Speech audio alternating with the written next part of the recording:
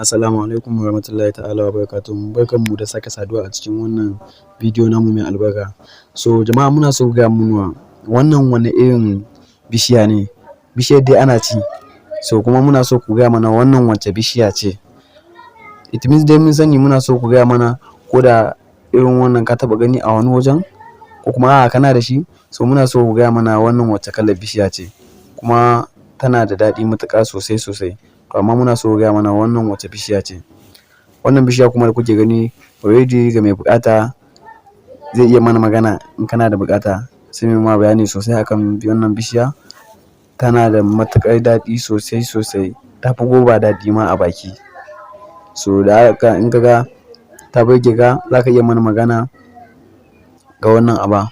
Tana da matuƙar daɗi sosai sosai.